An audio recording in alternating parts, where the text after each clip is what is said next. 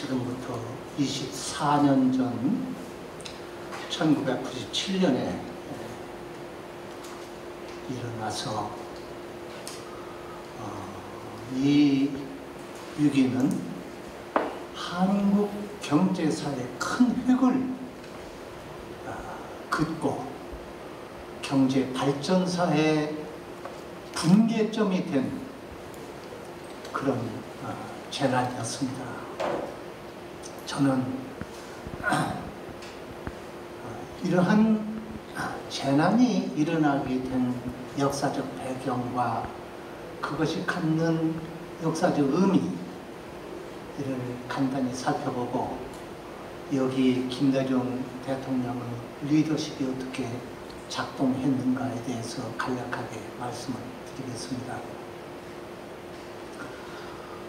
우리는 1960년대부터 IMF 외환 위기가 있을 때까지 약 30여 년간 후발국의 압축 성장을 통한 고도 성장을 이뤄냈습니다.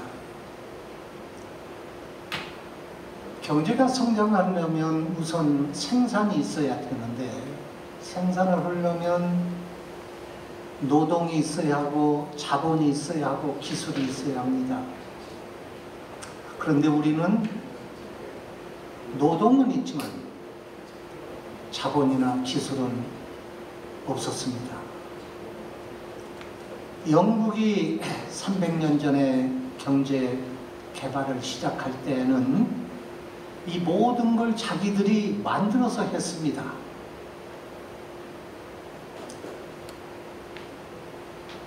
노동뿐 아니라 자본도 만들고 기술도 만들고 그래서 오랜 시간이 걸렸던 겁니다.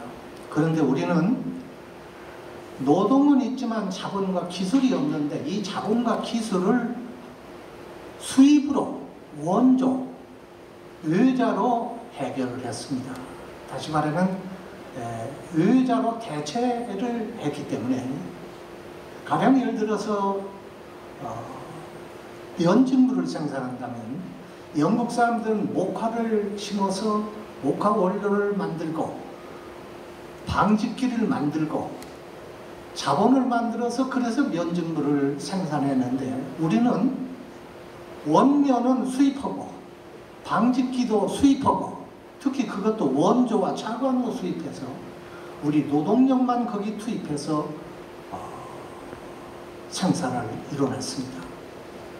그런데 생산만 해가지고는 안 됩니다. 이게 팔려야 합니다. 그런데 시장을 다른 선진국들은 전부 자국 시장을 발판으로 해서 경제 발전을 이루었습니다. 그런데 우리는 이걸 생산을 해도 국내 소득이 적기 때문에 국내 시장이 협소해서 이걸 소화해낼 수가 없었어요. 그래서 고안해낸 것이 수출로 뚫은 겁니다. 국내 시장 대신에 수출로 뚫었다. 이래서 결국 우리나라 경제 성장은 자본, 기술, 시장 모두를 외국에 의존하는 이 모두를 차관에 의존하는 외채에 의존하는 그런 개발 방식, 이걸 우리는 압축적 발전 과정이라고 합니다. 이렇게 수입해서 했기 때문에 다른 나라가 100년 걸린 건 10년, 20년으로 단축해서 우리가 할 수 있었고 그래서 압축이라는 표현이 여기 적용이 되는 것입니다. 그래서 우리는 고도 성장을 이루어낸 것입니다. 그래서 한국의 그동안의 IMF 외환위기까지 우리나라 경제 발전을 보면 하나의 축은 수출이 주도하는 것이고 다른 한 축은 정부가 주도하는 이른바 수출 주도, 정부 주도 성장 방식을 선택해 왔고 그렇게 하기 위해서 산업보호정책, 대기업 특혜정책, 관치금융, 정경유착 이렇게 해서 빚담이 위해서 빚으로 크는 부채의 힘으로 성장하는 그런 성장 패턴을 30여 년간을 유지해서 왔습니다. 그러한 경제 발전 방식을 통해서 1960년대와 70년대는 소비재 산업 중심,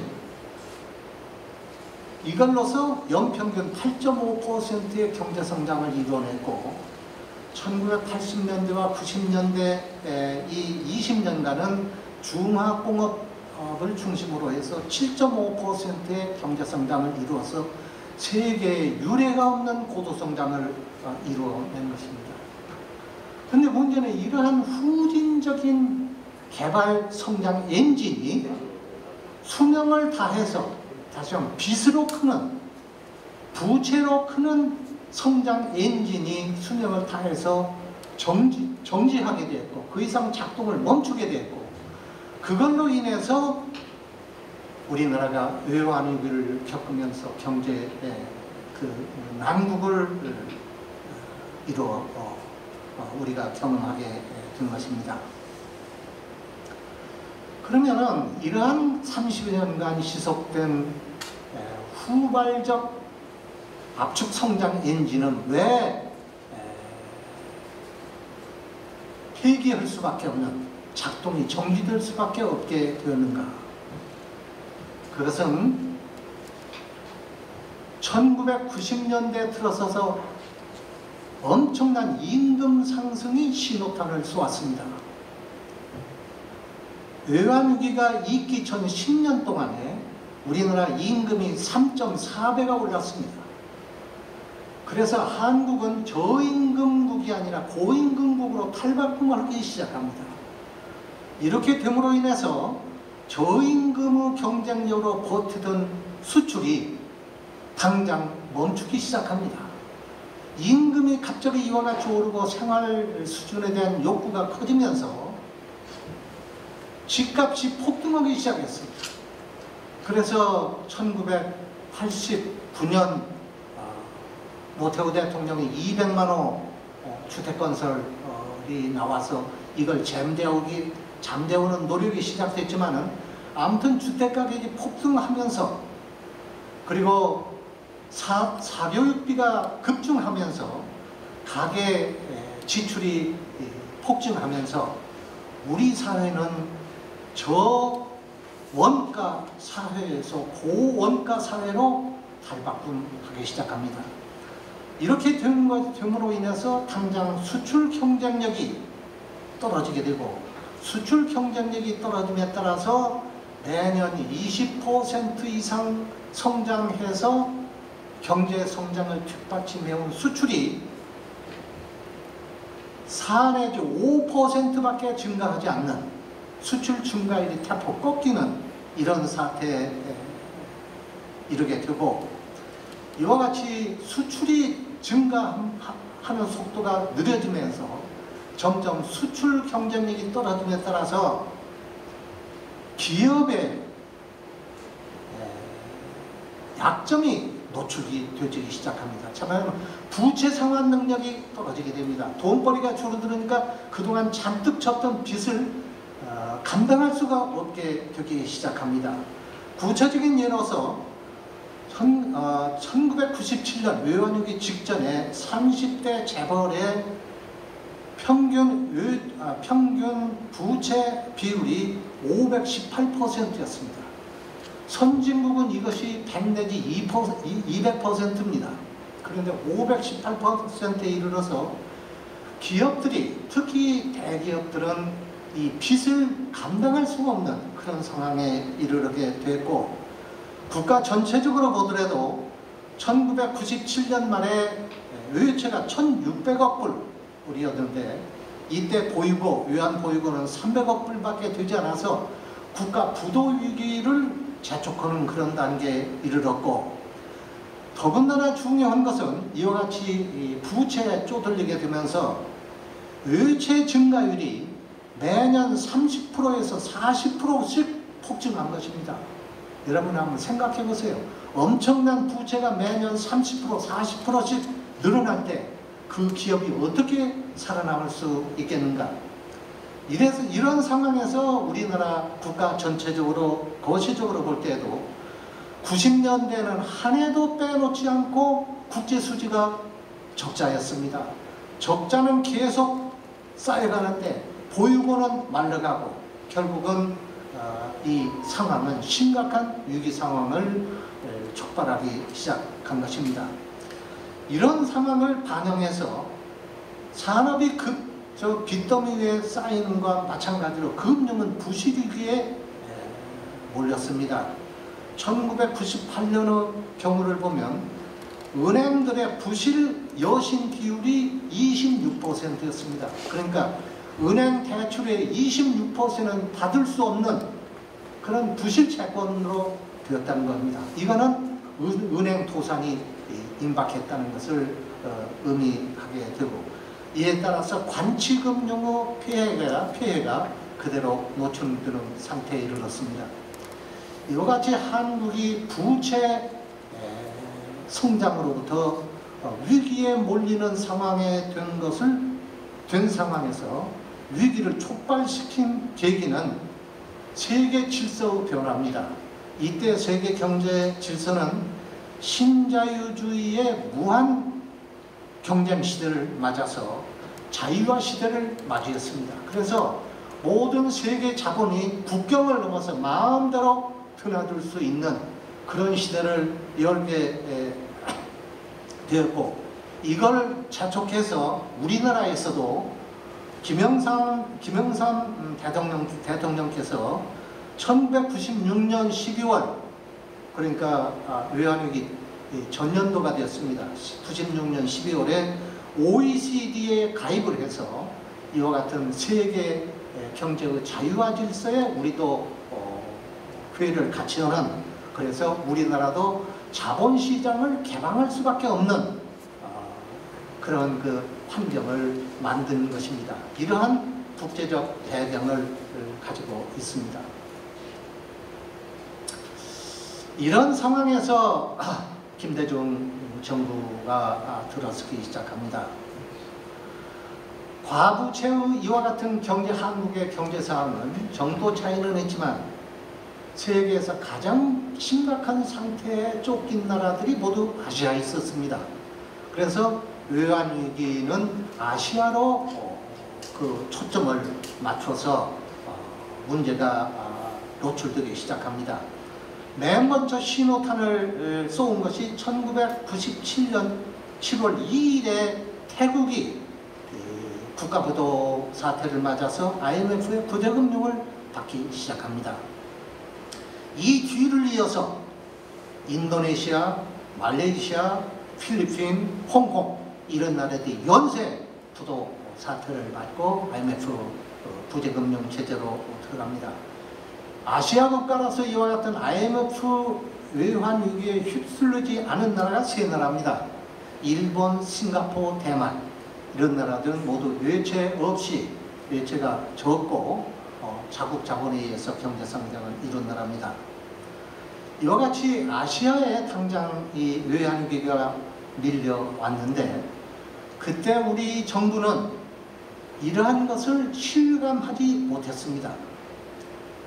김영삼 대통령께서 외환위기의 이 심각성을 알기 시작한 것은 태국에서 국가부도 사태가 일어난 97년 7월보다 넉 달 후인 1997년 11월 10일에 강경식 부총리와의 통화를 통해서 비로소 사태가 심상치 않구나 하는 것을 비로소 느끼기 시작했습니다.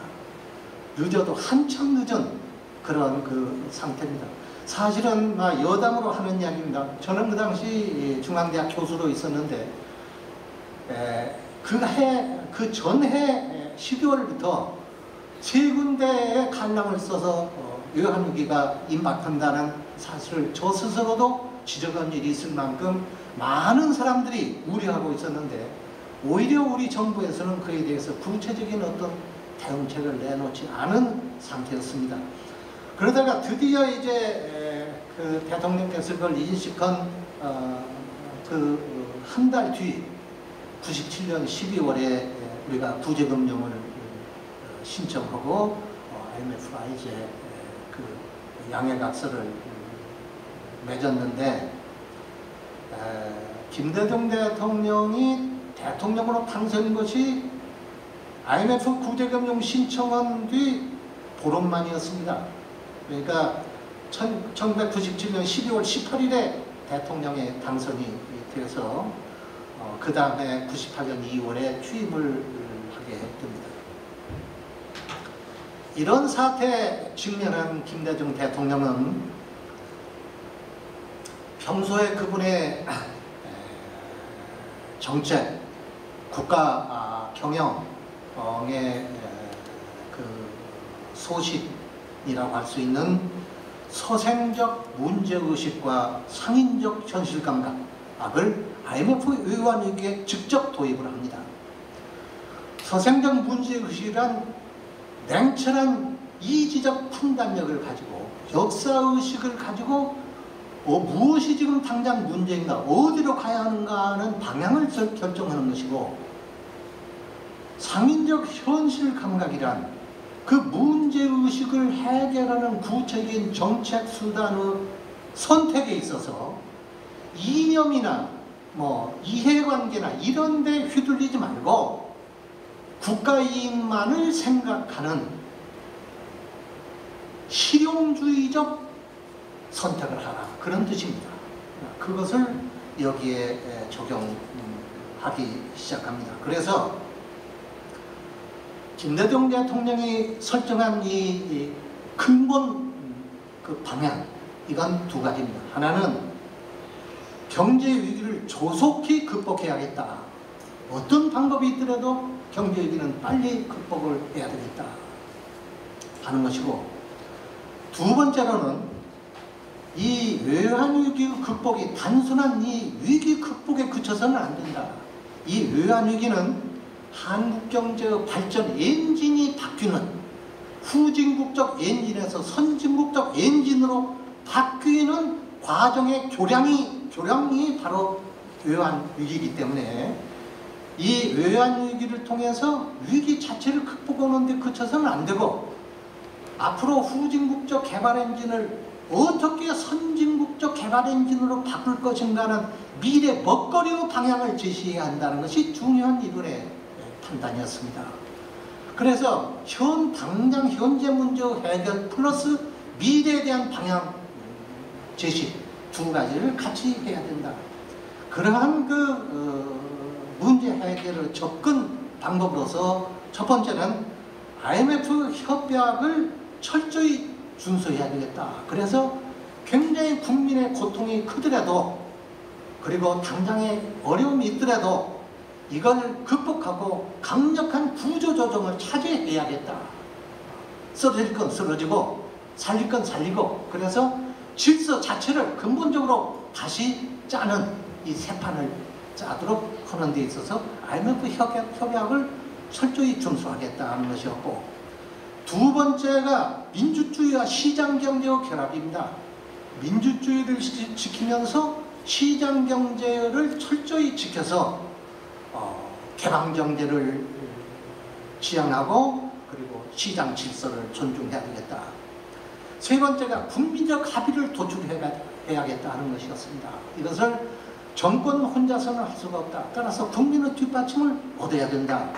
그래서 구체화한 것이 노사정위원회를 통한 노동자들의 양해와 협력을 구하는 것이고, 국민 근무기 운동을 통해서 국민적 협조를 얻어내는 그런 것이었습니다.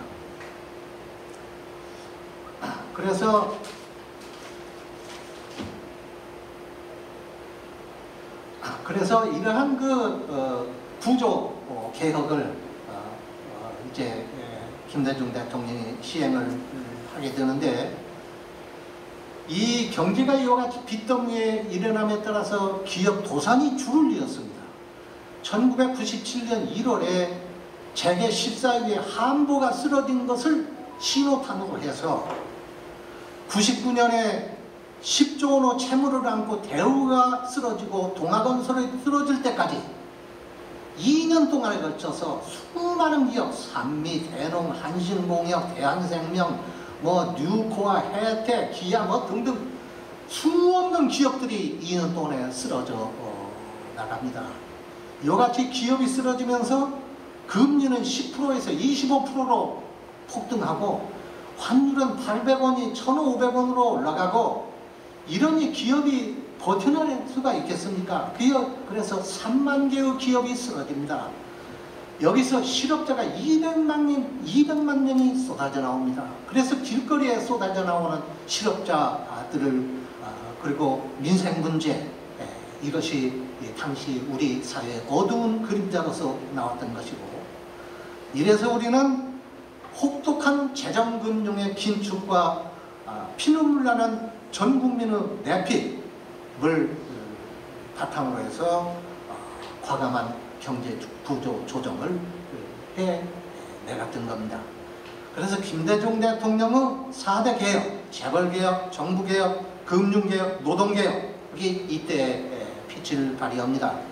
재벌개혁으로 그때 30개 재벌 중에서 16개가 쓰러지고 14개만 살아남고, 정부개혁으로 예산을 긴축하고 조직을 개편하고 정부 기능을 슬림화하는 정부개혁이 이루어지고, 금융개혁으로 은행 33개 중에 13개가 쓰러지고 20개만 살아남고, 노동개혁으로서 정리해고가 단행되고 은행원 수만 하더라도 42% 은행원이 감원의 쓰라림을 받는 이런 고통을 겪었습니다.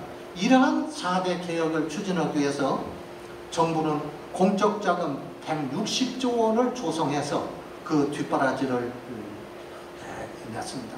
이것이 결국은 1년 남짓해서 이 문제가 수습이 되어서 2000년 12월 달에 IMF 그 차관을 전액 상환해서 우리가 IMF 위기로부터 탈출해낼 수 있었던 것입니다. 그러면 김대중 대통령은 이와 같이 해서 외환 위기를 극복을 했는데, 미래 설계 문제, 한쪽은 외환 위기 극복을 하는 미래 설계인데, 미래 설계는 어떻게 한 것이냐? 이것은 바로 선진국 경제성장 엔진으로 대체하는 것입니다. 후진국적 개발 엔진이 이제 쓸모가 없게 됨에 따라 선진국적 개발 엔진으로 대체하는 것이다. 그러기 위해서 나온 것이 우리 경제사회를 산업사회에서 정보사회로 바꿔야 되겠다. 그리고 선성장 후 복지 낙후국에서 복지사회를 건설하는 쪽으로, 성장과 복지가 같이 가는 쪽으로 가겠다. 이런 방향을 제시했습니다. 그래서 그러한 구체적인 설계로서 IT 선진국 건설입니다. 1999년 3월에 사이버 코리아 21년 계획을 발표해서 한국의 정보사회화의 구체적인 그 청사진을 제시를 하고 인터넷 고속망을 이때 해냈습니다. 사실 오늘날 세계 어디를 가봐도 한국만큼 인터넷이 잘 터지는 나라가 없어요. 나 미국 가서도 없고 어디 가서도 없는데, 이와 같이 한국이 인터넷이 잘 터지는 것이 이때 김대중 대통령의 결단 때문이었다는 걸 많은 국민들이 아직 모르고 있다는 것은 안타까운 일입니다.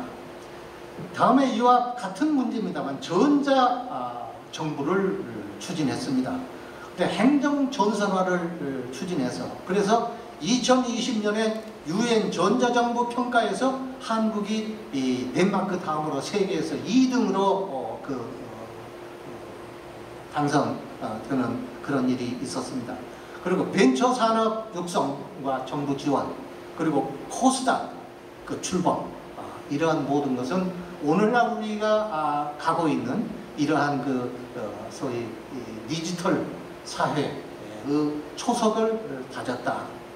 복지국가 기반 조성을 위해서 국민기초생활법과 국민의료법 확대를 했고, 정경유착을 단절하고 노사정 협력체제를 다졌고, 남북 평화 환경을 조성해서 경제성장의 외연적 뒷받침을 했습니다. 2000년 6월 15일 남북 공동성명을 했고, 남북 정상회담을 통해서 이산가족 상봉, 금강산 관광, 개성공단 신선, 남북철도 연결, 이걸 다 그때 해냈던 겁니다.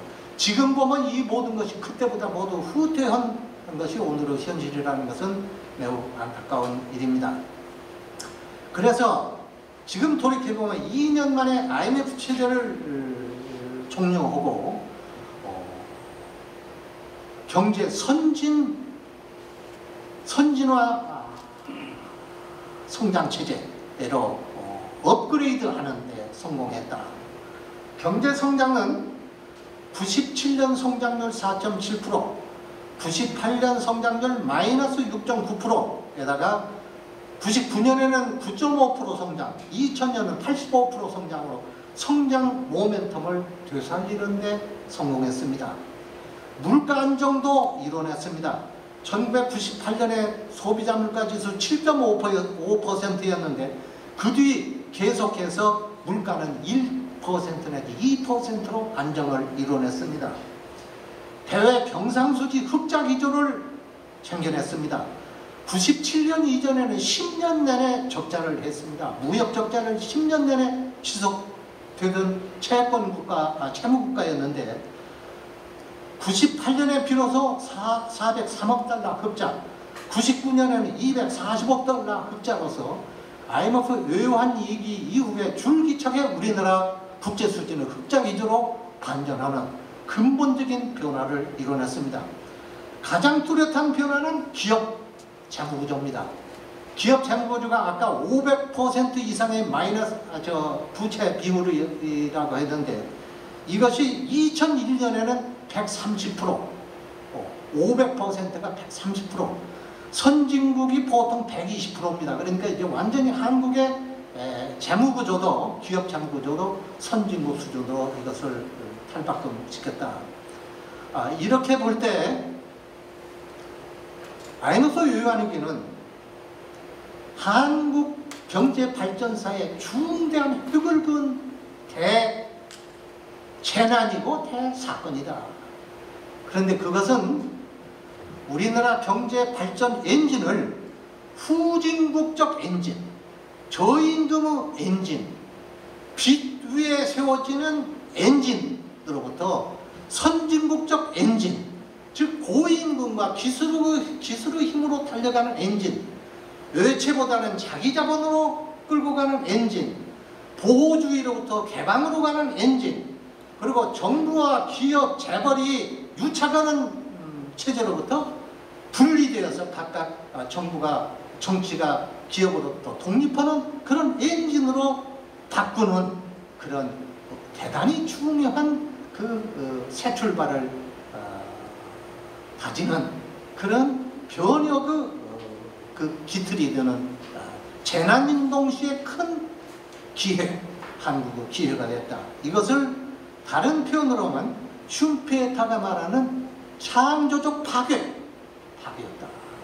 그래서 이 김대중 대통령의 서생적 문제의식과 상인적 현실 감각이 바로 이러한 창조적 파괴를 성공적으로 이끌었다. 이렇게 결론을 맺으면서 제 말씀을 마치겠습니다.